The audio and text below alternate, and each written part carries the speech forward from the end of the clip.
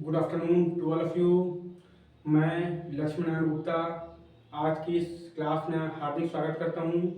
आज मैं BCom first year के लिए बिजनेस इन्वायरमेंट में जो इस सत्र में आने वाले इम्पोर्टेंट क्वेश्चन हैं उसके बारे में मैं जिक्र करने जा रहा हूँ।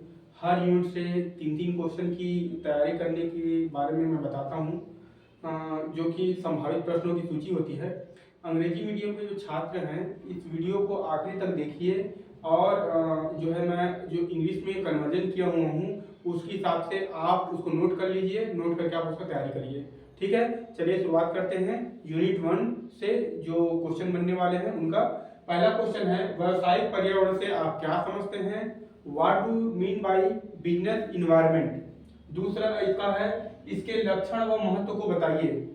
Give its characteristics and importance. ये आपका पहला क्वेश्चन है।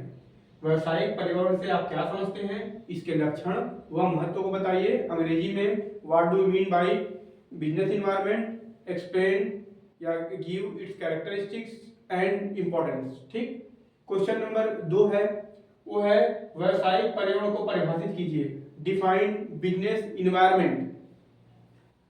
वित्तीय आंतरिक व बाह्य पर्यावरण को निर्धारकों का विश्लेषण कीजिए। जो बिजनेस इन्वायरमेंट है उसको क्या करना है, बताना है। Define business environment, explain it internal and external factors, इसको आपको बताना है। तीसरा क्वेश्चन है, व्यावसायिक पर्यावरण की विविधता का प्रबंधन से आप क्या समझते हैं, इसकी महत्व, रणनीति एवं चुनौतियों को बताइए। What is diversification of management of business environment, explain it's important strategy and challenges, इसको आपको बताना है। ठीक, ये है आपका यूनिट 1 का। दूसरा क्वेश्चन है, यूनिट 2 का पहला क्वेश्चन है, औद्योगिक रुग्णता से आप क्या समझते हैं, इसके प्रमुख कारणों को बताइए, इसके सुधार के उपाय को बताइए। औद्योगिक रुग्णता, industrial sickness, what do you mean by industrial sickness, explain its major, explain its reason and how it can be improved, इसको कैसे हम सुधार कर सकते हैं। ठीक। औद्योगिक रुग्णता से आप क्या समझते हैं, इसके प्रमुख कारणों को बताइए तथा इसमें सुधार के उपाय को बताना है। इसकी जो मेजर ऑफ करेक्शन है उसको क्या करना है, अपने को बताना है, इंडस्ट्रियल सिकनेस का। इसके बाद अगला है, समानांतर अर्थव्यवस्था से आपका क्या आशय है। समानांतर अर्थव्यवस्था से आपका क्या आशय है, समानांतर अर्थव्यवस्था के विकास के उत्तरदायी घटकों की व्याख्या कीजिए।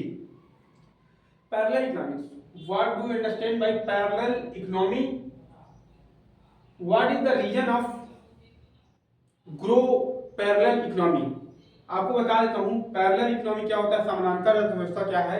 इसमें हमको काला धन के बारे में बताना है कि एक तरह से जो गैर कानूनी ढंग से जुटाया गया धन, अलग अलग तरीके से जुटाया गया धन है, उससे क्या होता है, इकोनॉमी में बर्डन आता है।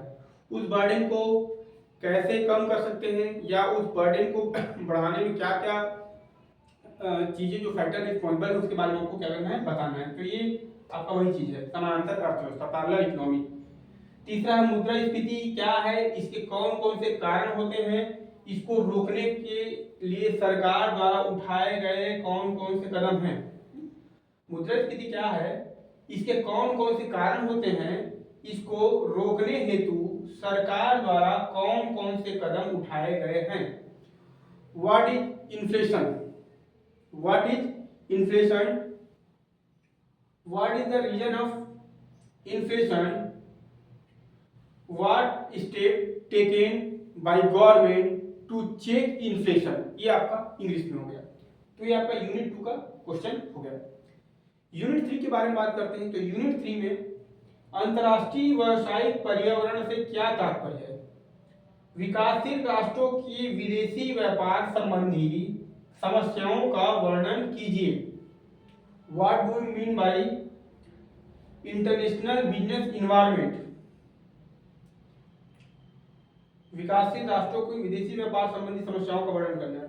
इसमें जो सेकंड इसका जो स्टेप बताया जा रहा है कि विदेशी व्यापार यानी foreign, what is the problem of foreign trade by developing country, ये कर सकते हैं आप इस क्वेश्चन को। उसके बाद तीसरा इसमें दूसरा क्वेश्चन है, गेट से क्या अभिप्राय है? GATT general agreement of trade and tariff की बात कर रहा है। इसके उद्देश्य एवं सिद्धांतों का वर्णन कीजिए। इसके विभिन्न वार्ता दौर और आलोचनाओं का वर्णन कीजिए। What do mean by GATT? What is its objective and principle? Explain its principle, criticise and various round. इसको आपको क्या करना है? बताना है। गैट क्या हुआ था? जब गैट का दौर गैट आया, पहले हमारे पास वर्ल्ड बैंक नहीं था, वर्ल्ड ट्रेड ऑर्गेनाइजेशन नहीं था, विश्व व्यापार संगठन नहीं था। उससे पहले जो व्यापार को, विदेशी व्यापार को संचालित करने के लिए हम एक नियम बनाए थे जिसको बोलते हैं GATT, general agreement of trade and tariff. तो इसमें क्या हुआ, बहुत सारे राउंड पे राउंड चर्चा होता गया था। उस चर्चा के दौर को आपको क्या करना, बताना है। और इसी जो उरुग्वे राउंड है वहां से वो बढ़ करके कहाँ बदल गया था, विश्व व्यापार जो संगठन में कन्वर्जन हुआ था, उसके बारे में आपको बताना है। इसमें विश्व बैंक के उद्देश्य एवं कार्यों का वर्णन कीजिए। यह भारत को किस प्रकार लाभान्वित किया? Explain the function and objective of world bank, how India benefited by through world bank, है ना? वर्ल्ड बैंक से भारत को क्या फायदा मिला है, इसको आपको बताना है। ये यूनिट 3 का क्वेश्चन है। यूनिट 4 की बात करते हैं। तो यूनिट 4 में पहला, मौद्रिक नीति से आप क्या समझते हैं, इसकी उपयोगिता एवं महत्व का वर्णन करिए। What do you mean bye monetary policy? Explain it's utility and importance. ये मॉनेटरी पॉलिसी जो है आरबीआई बनाता है। उस आरबीआई में कौन कौन से मनी को कंट्रोल करने के लिए कौन कौन सी पॉलिसी बनाता है, इसके बारे में आपको बताना है। औद्योगिक लाइसेंसिंग क्या है? भारत सरकार की औद्योगिक लाइसेंसिंग नीति 1991 के प्रमुख विशेषताओं का वर्णन कीजिए। What is industrial licensing? Explain the feature of industrial licensing policy 1991। 1991 में जो लाइसेंसिंग पॉलिसी का जो टर्म था वो कैसा था, उसके बारे में आपको बताना है। पहले हर एक काम के लिए हमको क्या करना पड़ता था, लाइसेंस लेना पड़ता था। उस लाइसेंस को धीरे धीरे क्या कर दिया गया, समाप्त कर दिया गया, और कुछ ही क्षेत्र में क्या किया गया, लाइसेंस अनिवार्य किया गया। जैसे विस्फोटक सामग्री हो गया, केमिकल हो गया, ऑर्डिनेंस की बात करते हैं, रक्षा संबंधी चीजों के बारे में। तो ये तो कहाँ से शुरुआत हुआ था लाइसेंसिंग का। उसके बाद आज के समय में लाइसेंसिंग की पॉलिसी क्या है उसको बताना है आपको। फिर थर्ड क्वेश्चन है, निजीकरण से आप क्या समझते हैं? भारत में निजीकरण को प्रेरित करने वाले तत्वों की विवेचना कीजिए। What do you understand by privatisation? Explain its various factor to attract privatisation in India. ये इसमें 1991 की जो दौर है वहां पे भारत सरकार को एक मेजर डिसीजन लेना पड़ा। जो प्राइवेट पब्लिक सेक्टर था उसको प्राइवेट सेक्टर में कन्वर्जन करना पड़ा। तो वहां से हमारा जो कंट्री है वो ग्रोइंग जो फील्ड है वो काफी तेजी से बढ़ा। तो उस चीज के बारे में आपको बताना है कि क्या इसमें फायदा हुआ या कौन कौन से ऐसे फैक्टर था जो प्राइवेटाइजेशन को जो है इंप्रूव करने की बात किया। यूनिट 4 के बाद ये यूनिट 5 होगा, ये यूनिट 5 जो कि बिल्कुल एकदम नया है ना, किसी के लिए भी सोचना बड़ा क्रिटिकल काम है। फिर भी इसमें जो हमने जो कुछ एनालाइज किया उसके आधार पर आप लोगों को क्वेश्चन बता रहा हूँ, ठीक है। तो इसमें पहला है जो हमारा भी अर्थव्यवस्था अभी तक जो हम पढ़ते थे वो भारतीय अर्थव्यवस्था के बारे में पढ़ते थे, लेकिन अब हमारा जो दौर है ये अब स्टेट लेवल की जो अर्थव्यवस्था है उसके बारे में लोगों को जानना जरूरी है। क्योंकि पीएससी की जो बात करें, चाहे व्यापम की बात करें, कोई भी चीजें होती है तो वहां पे छत्तीसगढ़ से संबंधित क्वेश्चन आते हैं। तो आप अगर इसका अध्ययन किए रहेंगे तो अभी से आपका तैयारी चलेगा। इस उद्देश्य से लेकर के जो न्यू ट्रेंड लागू हुआ है वहां पे छत्तीसगढ़ की अर्थव्यवस्था को उसमें इन्वॉल्व किया गया। तो जो 5th यूनिट का क्वेश्चन है वो छत्तीसगढ़ की अर्थव्यवस्था से रिलेटेड है। तो यहाँ पे देखिए पहला क्वेश्चन है, छत्तीसगढ़ की अर्थव्यवस्था पर एक लेख लिखिए। छत्तीसगढ़ की जो अर्थव्यवस्था है कृषि आधारित है, वन आधारित है, खनिज आधारित है, ठीक है। तो इसके बारे में आपको क्या करना है, लेख लिखना है। दूसरा इसमें इंग्लिश वाले के लिए लिखिए right an essay on Chhattisgarh economy, ठीक। भारत की नीति निर्माण प्रक्रिया में नीति आयोग की भूमिका एवं कार्यों का वर्णन कीजिए। Explain the process of